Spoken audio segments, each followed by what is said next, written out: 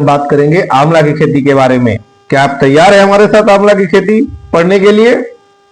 और जैसा मैं आपको पढ़ाऊंगा, फिर भी आपके कोई उसमें डाउट्स रहते हैं, हमारी कुछ पढ़ाने की कला में कुछ कमी है, तो उन सब पर आप कमेंट करके हमें बताएंगे।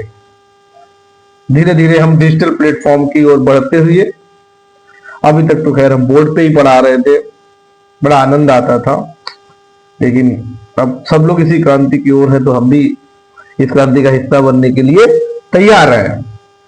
तो शुरू करते हैं आंवला की खेती। आंवला की खेती, क्योंकि आंवला जो है हमारे लिए बहुत ही महत्वपूर्ण है। सबसे पहले इसके अगर वानस्पतिक नाम की बात करें, इम्ब्राइका ऑफिसिनालिस, फैमिली यूफोरबिएसी, लिखूंगा नहीं हर बार, जो जरूरत होगी उसको लिख दूंगा। Class is mostly for BSc AG. Chromosome number 2n = 28। Origin इसका ट्रॉपिकल एशिया में है। आप लोग ट्रॉपिकल का मतलब बताएंगे क्या होता है कमेंट में, फर्दर मैं उसको वहां पर बताऊंगा, ठीक है, नेक्स्ट क्लास में। ट्रॉपिकल होता क्या है? इसका फ्रूट जो होता है कैप्सूल टाइप का होता है, ये इंपॉर्टेंट है। फ्रूट जो होता है इसका कैसा होता है? कैप्सूल। इसको अंडरलाइन आपको कर लेना है।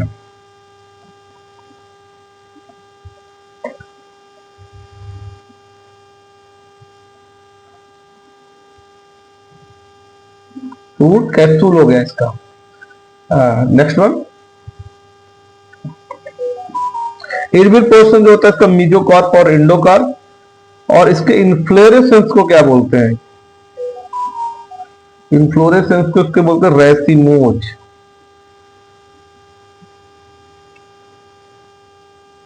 तो these are the important points, इनको आपको ध्यान में रखना है। आगे चलते हैं।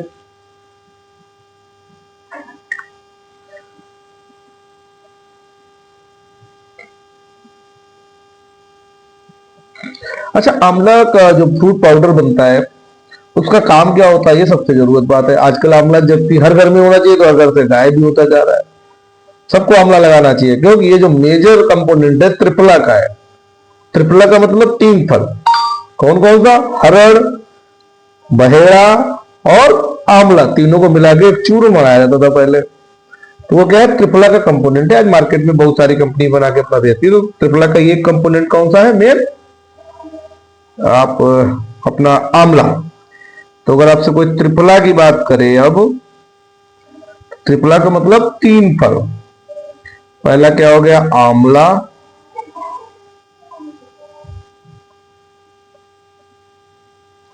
आंवला प्लस हरड़ और प्लस बहेड़ा, ठीक है। इन 3 प्लांट्स को जब आप मिलाओगे तो आप इनका जब भी पाउडर बना तो वो हो जाएगा त्रिफला। क्लियर? अब आप कमेंट में बताओगे बॉटनिकल नेम क्या होता है हरड़ का, बॉटनिकल नेम बहेड़ा का क्या होता है। क्लियर? तो एक आंवला का फ्रूट पाउडर बनता है, उसके फायदे क्या क्या होते हैं आंवला के, इस पे बात कर लेते हैं। ये क्या करता है? आंवला इम्यूनिटी को बूस्ट करता है। किसको करता है? इम्यूनिटी। आजकल लोग कहते थकान आ रहा है, सारे परेशान है, सब रेबिटाल कैप्सूल खाए जा रहे हैं, तो आपको क्या करना है? इम्यूनिटी के लिए काम करता है। ब्लड को प्यूरिफाई कर देता है, जिनके टीएलसी वगैरह बढ़ जाती है, ठीक है। डाइजेशन को इंप्रूव करता है। कार्डियोवैस्कुलर हेल्थ, आजकल हार्ट के लिए लोग बहुत परेशानी है, कोई बीपी हाई, कोई बीपी लो, तमाम तरीके के ऊपर उनको ये काम करता है। और जो आजकल डायबिटीज की समस्या आ रही है, डायबिटिक लोग मोटापे के शिकार हो रहे हैं, उनमें क्या करता है? ये वेट लॉस करने में काम करता है। Support urinary system, urinary system को ये क्या करता है? उसको भी सपोर्ट करता है। हेल्थ, स्किन, स्किन की हेल्थ में कोई हेल्थ स्किन, मेरे स्किन में कोई प्रॉब्लम है उसको इंप्रूव कर देता है। और विटामिन सी में है ही। अब इसमें कितनी विटामिन सी है ये आप मुझे बताओ कमेंट में। सपोर्ट्स फर्टिलिटी और बोन्स में काम करता है, टीथ के लिए भी फायदेमंद रहता है। और सबसे इंपॉर्टेंट मेंटल फंक्शनिंग, जो हमारा दिमाग है उसके भी फंक्शन के लिए इसका बहुत बड़ा रोल है। और लीवर फंक्शन। क्लियर? तो these are the use of amla powder. अब थोड़ा इसके महत्व के बारे में बात कर लेते हैं। पहला क्या है? Rich source of vitamin C. अगर हम इसके इंपॉर्टेंस की बात करेंगे तो क्या है? Rich source of vitamin C. कितना इसमें होता है? 600 मिलीग्राम पर 100 ग्राम। क्लियर? 600 मिलीग्राम पर 100 ग्राम।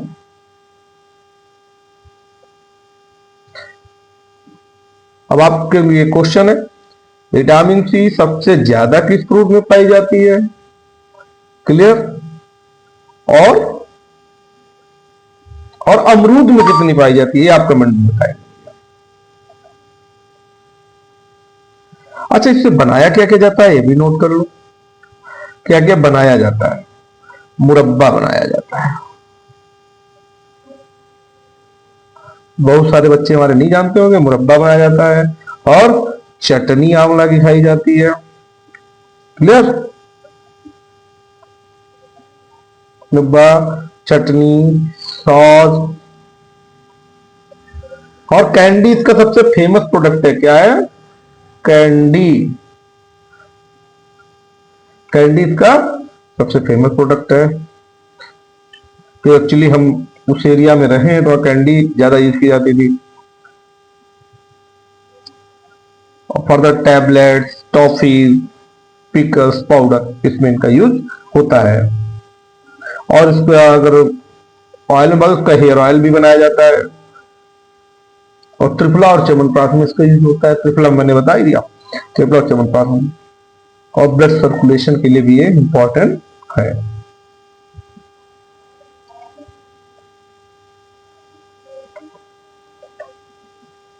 अच्छा, स्कर्वी डिजीज को ये क्या करता है? कंट्रोल करता है। किसको? स्कर्वी। ठीक है? क्यों? तो इसमें होता है high amount of vitamin C.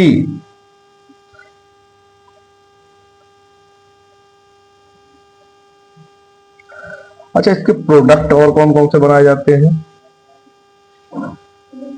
Product इससे कौन कौन से बनाए जाते हैं?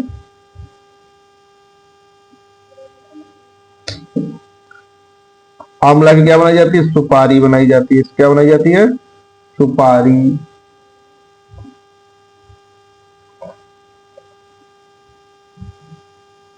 कैंडी, मुरब्बा, हेयर ऑयल। आप पतंजलि का मुरब्बा ले सकते हैं। आंवले का सिरका भी बन के आ रहा है, विनेगर। और आंवले का जैम। अब इसकी किस्मों पे बात कर लेते हैं। किसकी बात कर लेते हैं? किस्मों पे। किस्में ये बहुत इंपॉर्टेंट है। सबसे पहली बनारसी बात करते हैं बनारसी। क्या है? बनारसी। बनारसी ये कैसी वैरायटी है? अर्ली वैरायटी है, अगेती किस्म है। ये अगेती किस्म है। और किसके लिए कल्टीवेटर बेस्ट है? मुरब्बा के लिए। किसके लिए? मुरब्बा के लिए। क्लियर? दूसरी वैरायटी है चकैया। चकैया में समस्या क्या है? अल्टरनेट बियरिंग की। अल्टरनेट बियरिंग क्या है आपको पता है? जब एक साल अच्छी फलत आती है, अगले साल कम फलत आती है, फिर एक साल अच्छी फलत आती है, फिर एक साल कम फलत आती है। तो इस प्रोसेस को क्या कहा जाता है? Alternate bearing. दूसरा फ्रूट आपका कौन सा सुटेबल है? आम का है। ठीक है? आम में अल्टरनेट बियरिंग पाई जाती है। तो हम अगले कोर्स पे जगह चकैया हो गया। चकैया में क्या अल्टरनेट बियरिंग की प्रॉब्लम है, लेकिन इसमें निक्रोसिस नहीं लगती है। क्या नहीं लगती है? निक्रोसिस जो है इसमें नहीं होता है।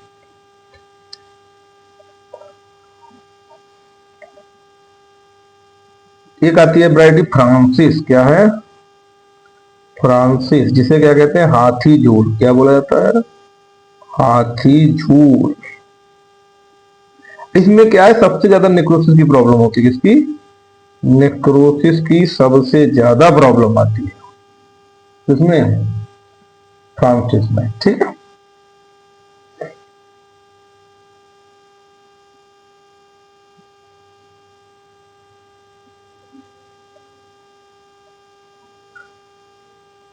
कौन कौन सी वैरायटी हो गई? बनारसी हो गई, फ्रांसिस हो गई, चकैया हो गई, कंचन। वेरी इंपॉर्टेंट में डाल लेना इसको। कंचन। कंचन क्या है? इसी को बोलते Na4। Na का मतलब नरेंद्र आंवला। नरेंद्र आंवला 4, कंचन Na4।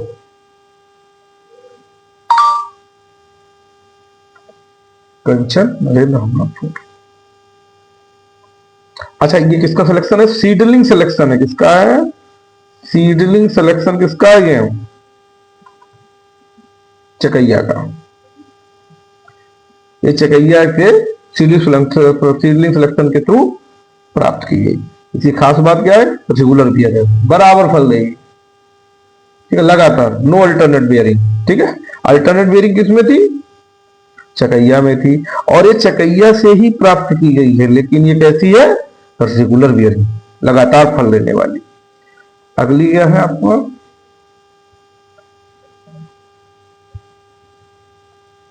नेक्स्ट आपकी आ गई कंचन Na4। आपका था Na का मतलब नरेंद्र आंवला 4। फिर आ गई आपकी अगली Na6। क्या है? Na6। Na6 seedling selection from Chakaiya, ideal for candy. ये भी किसका सिलेक्शन है? चकैया का ही सिलेक्शन है। किसका? चकैया का है। और किसके लिए सुटेबल है? कैंडी के लिए। Na7, इस पे हमारी एमएससी की थीसिस हुई है। इसको अमृत के नाम से जानते हैं। किसके नाम से जानते हैं? अमृत। ठीक है। और आंवला को अमृत फल भी कहा जाता है, ये भी ध्यान रखना है आपको। आंवला इज आल्सो नोन एज अमृत फल।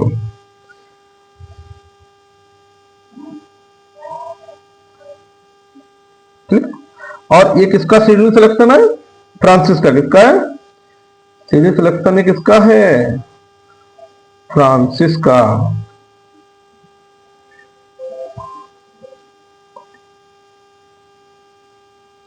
अगली वैरायटी है आपकी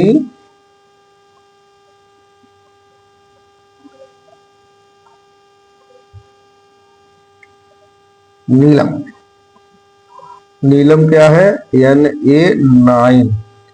नीलम हो है। नीलम। क्लियर? Na9 नीलम। ये भी अर्ली मैच्योर है, जल्दी पक जाती है। और सिलेक्शन किसका किससे हुआ है? बनारसी से इसका सिलेक्शन हुआ है। बनारसी से इसका क्या है? सिलेक्शन हुआ है। क्लियर? बनारसी से इसका क्या हुआ है? इसका सिलेक्शन हुआ है। और Na5 एक है कृष्णा। Na5 है कृष्णा। किसका सिलेक्शन है? ये भी बनारसी का सिलेक्शन है। किसका? बनारसी। तो ये थी कुछ बात वैरायटी के बारे में।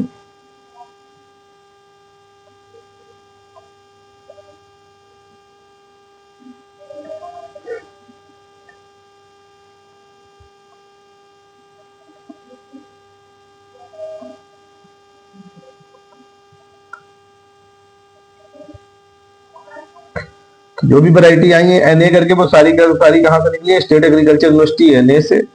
NA Narendra Deva university of agriculture technology, Narendra Deva university of agriculture and technology Kumarganj, Ayodhya. अब इसका नाम बदल क्या कर दिया गया है? ANDUT, आचार्य नरेंद्र देव। हमारे समय में नरेंद्र देव के नाम से जानी जाती थी, अब Acharya Narendra Dev university of agriculture and technology Kumarganj, Ayodhya. आपको क्वेश्चन बताना है कि अब उत्तर प्रदेश में कितनी स्टेट एग्रीकल्चर यूनिवर्सिटी है?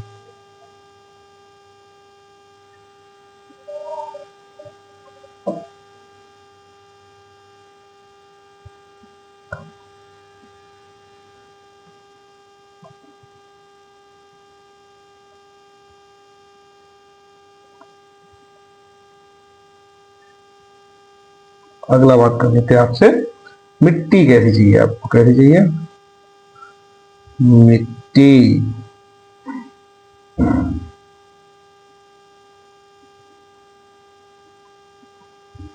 लगभग सब प्रकार के सॉइल में मोस्टली जो सलाइन सॉइल जो भी हमारी उस टाइप सॉइल उनमें भी इनको सफलतापूर्वक उगाया जा सकता है। ठीक है, सबसे ज्यादा मेजर प्रॉब्लम है जो प्रॉब्लमेटिक एरियाज है उनमें भी उगाया जा सकता है। इनका पीएच हाई पीएच तक जाता है, 9 की रेंज तक जाता है, वहां पर भी हम इसकी खेती कर सकते हैं लगभग हर तरीके की सॉइल में। ठीक है, पहले लेकिन जो भी हमारी थोड़ी भूमियां कमजोर है, बेस्ट टाइप की है, उनमें भी इसकी खेती हम अच्छी तरीके से कर सकते हैं। ठीक है, फॉर हाईएस्ट प्रोडक्टिविटी, ज्यादा ही आपको चाहिए उत्पादकता मिले तो आप अपना क्या है डीप सॉइल, गहरी सैंडी लोम से क्ले सॉइल, मतलब बलुई दोमट से लेके आप चिकनी मिट्टी में खेती कर सकते हो। लेकिन इसका खास फायदा ये भी है कि आप प्रॉब्लमेटिक सॉइल में भी इसकी आप खेती कर सकते हैं। जहां पर सैलाइन की सॉइल की प्रॉब्लम है वहां पर भी इसकी खेती कर सकते हैं। पीएच कितना आइडियल रहेगा इसके लिए, 6 to 9.5 पीएच। पीएच क्या, power of hydrogen ion, simple समझना है। दूसरा क्या समझना है आपको, pH is the negative logarithm of hydrogen ion concentration।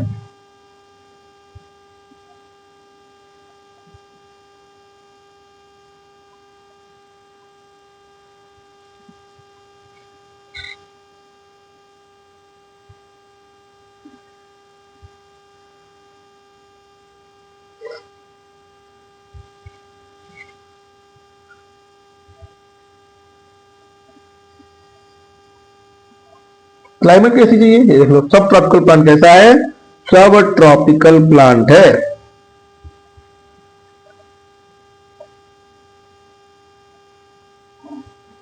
ठीक है, सब ट्रॉपिकल में क्या होता है, मोस्टली पाला पाया नहीं जाता, लेकिन कहीं कहीं पाला पड़ जाता है हमारे यहाँ। ठीक है, लेकिन क्या करता है, फ्रीजिंग कंडीशन को भी टॉलरेट कर जाता है। और अगर हाई टेम्परेचर जा रहा है, कितना हाई, कितना 44 से ऊपर भी अगर तेरा टेम्परेचर जा रहा है तो उसको भी सहन कर जाता है।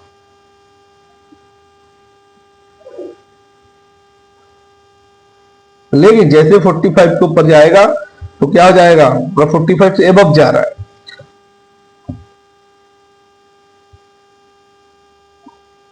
तो क्या होगा, वहां पर बियरिंग क्वालिटी जो है वहां पर उसकी क्या है, इस पे इफेक्ट पड़ जाता है।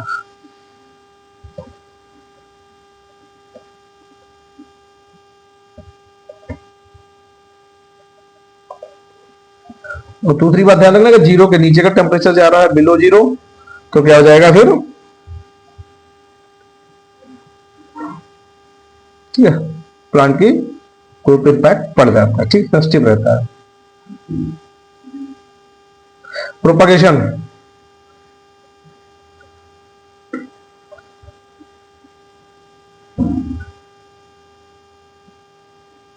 प्रोपगेशन प्रवर्धन कैसे करते हैं, मोस्टली सीड के थ्रू करते हैं। कमर्शियल इसका जो है व्यवसायिक रूप से अगर आप घुमाओगे तो क्या है, पैच बडिंग। क्या है, पैच बडिंग। अब पैच बडिंग क्या होता है, जब कोई अगली क्लास बनाएंगे तो उसमें आपको बडिंग जब पढ़ाएंगे तो आपको पैच बडिंग पढ़ाएंगे। तो आमला में क्या है, कमर्शियल प्रोपगेशन मेथड क्या है, पैच बडिंग।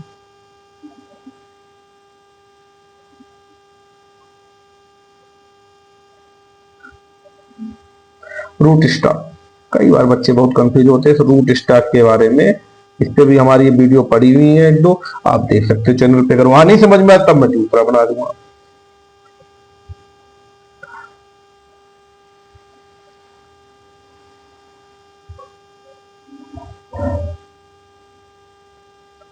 CIH की फुल फॉर्म बताना है आपको।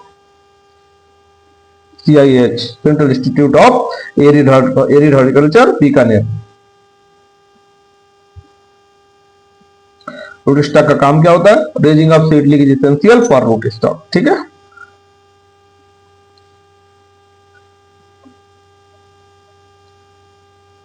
इंग्लिश में बोलिए, हिंदी भी जरूरी है। रेजिंग ऑफ सीडलिंग मतलब पौध जो आप बनाने जा रहे हो उसके लिए आपको रूट स्टॉक चाहिए ही चाहिए। रूट स्टॉक जो होता है मोस्टली लोकल वैरायटी होती है, जो क्या करे हर तरीके के एटमॉस्फेयर को सह ले। उसके ऊपर आप ग्राफ्टिंग करो या बडिंग करो, जो भी आपको डिजायर प्लांट है, डिजायर वैरायटी, डिजायर ट्रेट्स, कोई लक्षण, तो उसके लिए आपको क्या रूट स्टॉक की जरूरत पड़ती ही पड़ती है।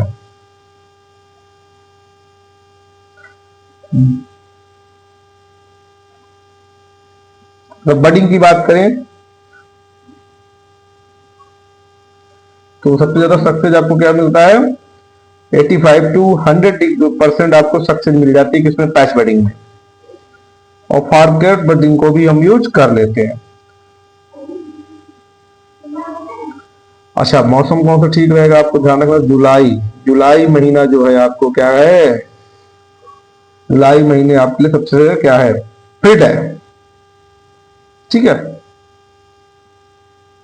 दिस टाइम पर patch budding and modified ring budding. Planting, अगला इंपॉर्टेंट क्या है, प्लांटिंग। प्लांटिंग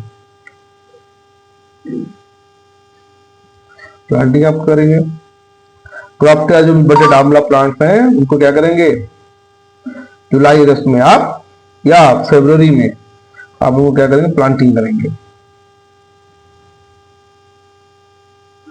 ठीक है। और 2 महीने पहले प्लांटिंग के आप 1 से 1.25 मीटर साइज के क्या करेंगे, गड्ढे खोद लेंगे। एक गड्ढे में आप क्या डालेंगे, 3 से 4 बाल्टी आप उसमें बेल रॉटेड मतलब सड़ी हुई फार्म यार्ड मैन्योर, और उसमें 1 किलो क्या मिला देंगे, नीम केक मिला देंगे। अगर नीम केक नहीं है, नीम की खाद या खली, तो क्या करेंगे आप 500 ग्राम हड्डी का चूरा उसमें डाल देंगे। उसके बाद सॉइल को, मिट्टी को मिला लेंगे और उसको भर देंगे। अगर बरसात नहीं होती तो आप उन गड्ढे में क्या करोगे, सिंचाई करोगे।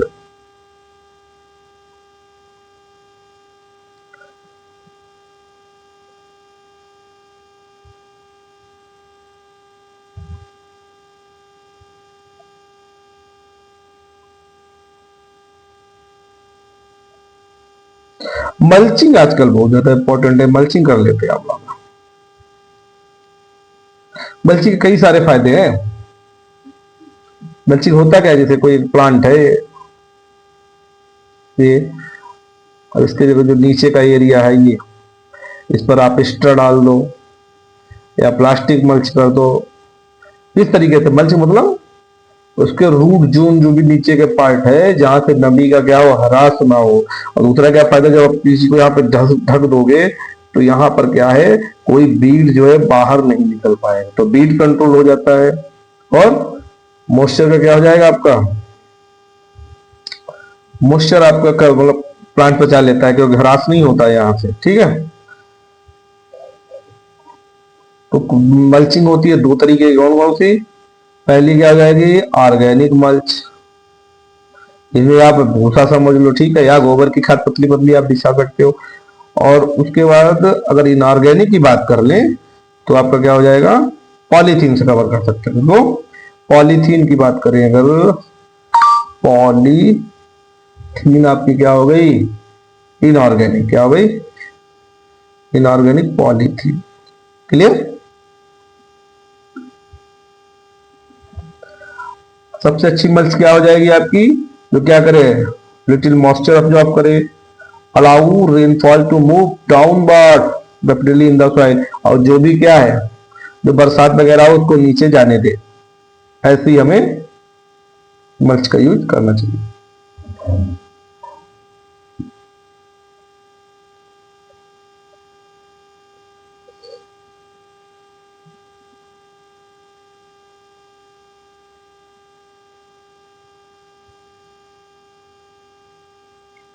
मैन्योर एंड फर्टिलाइजर आपको क्या देना है, 10 kilogram FYM, 100 gram nitrogen, 50 gram phosphorus P2O5 और 100 ग्राम K2O। कितना? 1 year old plant, 1 year old plant. ठीक है, एक साल पुराने पौधे को आपको इतना डोज देना है। और दूसरी बात ध्यान रखना, इसे ही पर है, हर साल आपको क्या करना है, सेम को बढ़ाते हुए चले जाना। कब तक? 10 साल तक। कब तक बढ़ाना है? 10 साल तक आपको कंटिन्यू बढ़ाना है, 10 साल तक बढ़ाना है। और उसके बाद क्या करना है, उसको रोक देना है। फिर जो अब बिजली कंटिन्यू वो चलती रहेगी। इस साल जैसे 10 किलोग्राम बाई, तो अगली बार 20, फिर 30। 100 ग्राम नाइट्रोजन था, फिर आप क्या करोगे, 20 ग्राम आप वहां पर दोगे। ठीक है, तो ऐसे कंटिन्यू कंटिन्यू क्या होगा, आपका बढ़ता चलेगा 10 ईयर्स तक। तीसरा पॉइंट आपको क्या ध्यान रखना है, full dose of FIM. FIM की पूरी डोज आपको देनी है। कितनी देनी है? पूरी डोज आपको देनी है एफआईएम की। उसके साथ क्या, पोटास और हाफ ऑफ नाइट्रोजन एंड के। तो फुल डोज आपको क्या देनी है, एफआईएम देनी है, और फास्फोरस देना है, और आधा नाइट्रोजन देना है, और आधा पोटास देना है ड्यूरिंग जनवरी या February. The remaining half should be applied in August. पहला आपको क्या कब दे देना है, जनवरी में दे देना है, जनवरी फरवरी में। फिर दूसरा जो बच रहा है आपका शेष पार्ट, वो कब दे दोगे आप, अगस्त में दे दोगे।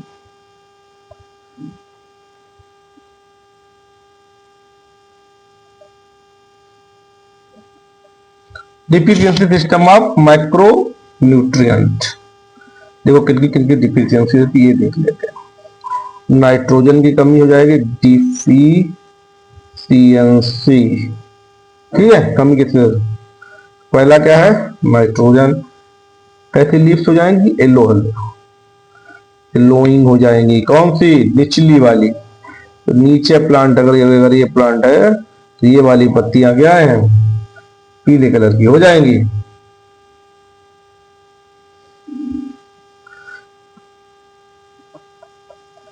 अगर फास्फोरस की कमी हो गई तो क्या आ जाएगा, टिप एंड मार्जिनल। अगर ये आपकी पत्ती है, क्लियर, तो ये जो मार्जिनल है, ये किनारे, ये आपके हो जाएंगे, और टिप आगे वाला पोर्शन है, ये क्या हो जाएंगे, एलोइंग हो जाएंगे। ठीक है, फिर अगर के की कमी है तो स्कॉर्चिंग हो जाएगी। क्या हो जाएगी, स्कॉर्चिंग। टिप पोर्शन यहां पर ही स्कॉर्चिंग हो जाएगी। कैल्शियम की कमी हो जाएगी तो क्या हो जाएगा, बर्निंग। क्या हो जाएगा, बर्निंग, जला हुआ लगेगा एकदम। कौन सा पोर्शन, यही टिप वाला पोर्शन, ये क्या लगेगा, जला हुआ। मैग्नीशियम की अगर कमी हो जाएगी तो क्या हो जाएगा,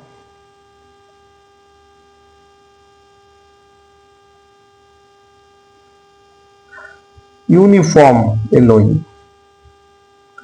यूनिफॉर्म मतलब एक समान पौधा, पूरा जो पत्ती है वो है पीली पड़ जाए। किसकी, डिटर्मिनेट सूट की। अब यहां पर दो चीजें बहुत इंपॉर्टेंट है, डिटर्मिनेट सूट और इनडिटर्मिनेट सूट। बताएंगे अभी आपको। डिटर्मिनेट सूट में क्या होता है, वो एक ग्रोथ रुक जाती है, और इनडिटर्मिनेट सूट क्या होती है, लगातार बढ़ती रहती है। तो जो इनडिटर्मिनेट सूट है वो क्या होगी, इनडिटर्मिनेट, ये बढ़ती रहेगी कंटिन्यू। और जो डिटर्मिनेट है वो क्या होगी, एक समय के बाद रुक जाएगी।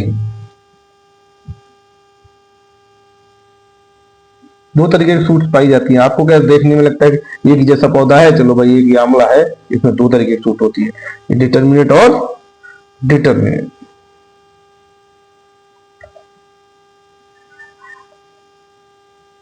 इरिगेशन वगैरह आप देख लेना।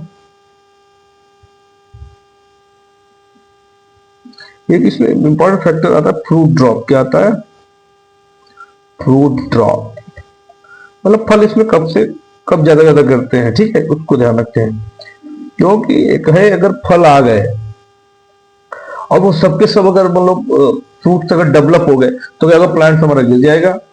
इसलिए क्या होता है, इनमें कुछ ड्रॉप हो जाते हैं नेचुरली। तो पहला ड्रॉप कब होगा आपका? सबसे ज्यादा इसमें जाता है लॉस, कितना? 70%। फ्लावर्स जो है वो क्या हो जाएगा? ड्रॉप हो जाएगा। कितने दिन में? With in 3 weeks of flowering. मतलब 21 दिन के अंदर आपका 70% गए। ठीक है।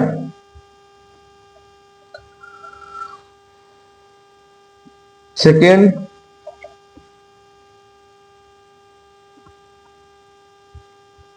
सेकेंड में आप देख लीजिए, पहला हो गया, सेकेंड देखो कब होगा? जून से सितंबर, जून टू सितंबर।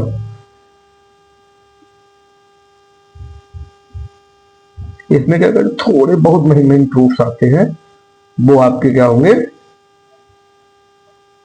बहुत महीन महीन एकदम गोल गोल टाइप के जाते हैं फ्रूट्स।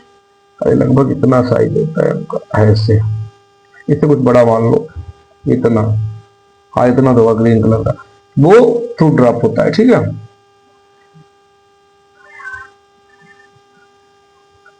थर्ड ड्रॉप देख लो,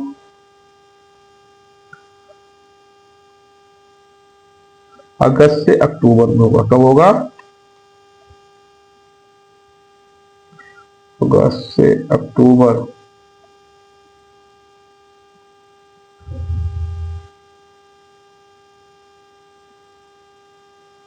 तो 3 आपके इसमें फ्रूट ड्रॉप हो जाते हैं। अब फ्लावरिंग की बात कर लेते हैं, इसकी बात करते हैं फ्लावरिंग, पुष्पन। ठीक है, फ्लावरिंग, पुष्पन। हमने बताया था आपको आंवला में कैसी सूट होती है। आंवले हो गया आपका आंवला, इसमें 2 तरीके की सूट है। पहली क्या है? एक डिटर्मिनेट, डिटर्मिनेट, दूसरी इनडिटर्मिनेट।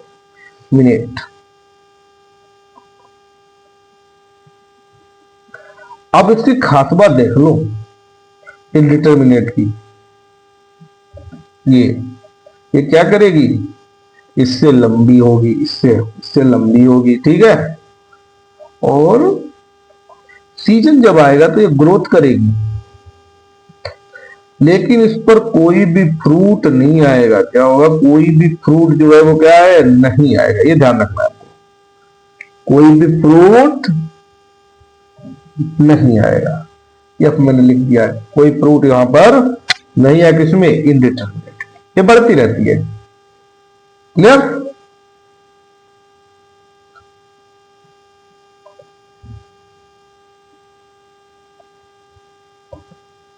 दूसरा देख लो, इनडिटर्मिनेट फ्रूट क्या है? हर सीजन पर बढ़ेगी लेकिन उसमें फ्रूट नहीं आएंगे।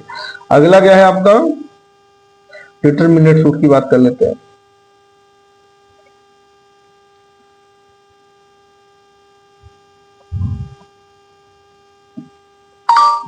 जो डिटर्मिनेट फ्रूट है, ये कहां से निकलती है?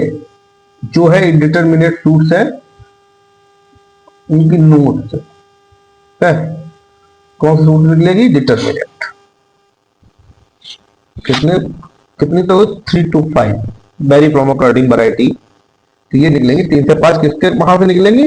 Notes of indeterminate fruit. ठीक है, इंडिटरमिनेट की जो नोड है वहां से डिटर्मिनेट फ्रूट निकलती है। होती कैसी determinate fruit? Very very determinate fruits, they are very small, reduced, closely arranged leaf, giving the compound.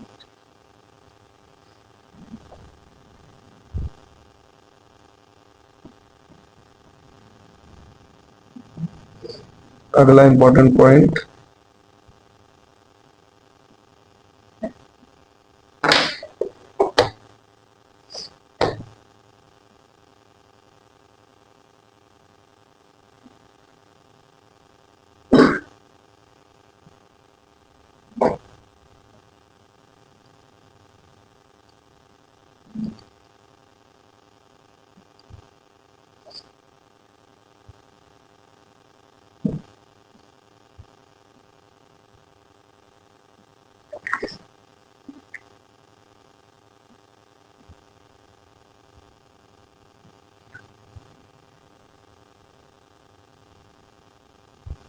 आंवला कब? साउथ इंडिया में 2 बार इसमें फ्लावरिंग आती है, ठीक है, फरवरी मार्च और जून जुलाई। कहाँ आती है? साउथ इंडिया में, ठीक है। अब नॉर्थ इंडिया की बात कर लो, एक बार आएगी कब? फरवरी और मार्च में, क्लियर। अर्ली वैरायटी में फ्रूटिंग कब आएगी? अर्ली वैरायटी में फ्रूटिंग कब आएगी? नवंबर में, क्लियर। नवंबर माह में जो अर्ली वैरायटी में फ्रूटिंग आ जाएगी। लेट वैरायटी में कब आएगी? दिसंबर में।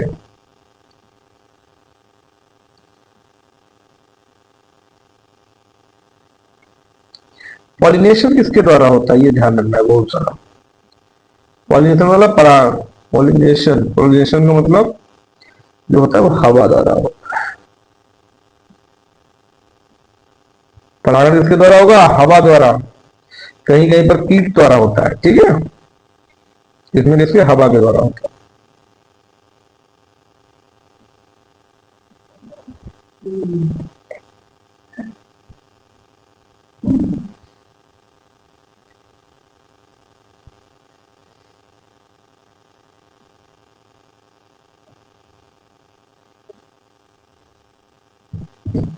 That's all about टुडे, ठीक है। तो आज की क्लास में यहीं पर समाप्त करो, कंटिन्यू करूंगा नेक्स्ट क्लास में। कोई क्वेश्चन हो तो आप बताएंगे, हम रिजॉल्व करने का प्रयास करेंगे। Thank you. बाकी की क्लास पार्ट 2 में हम कंप्लीट करेंगे। Thank you.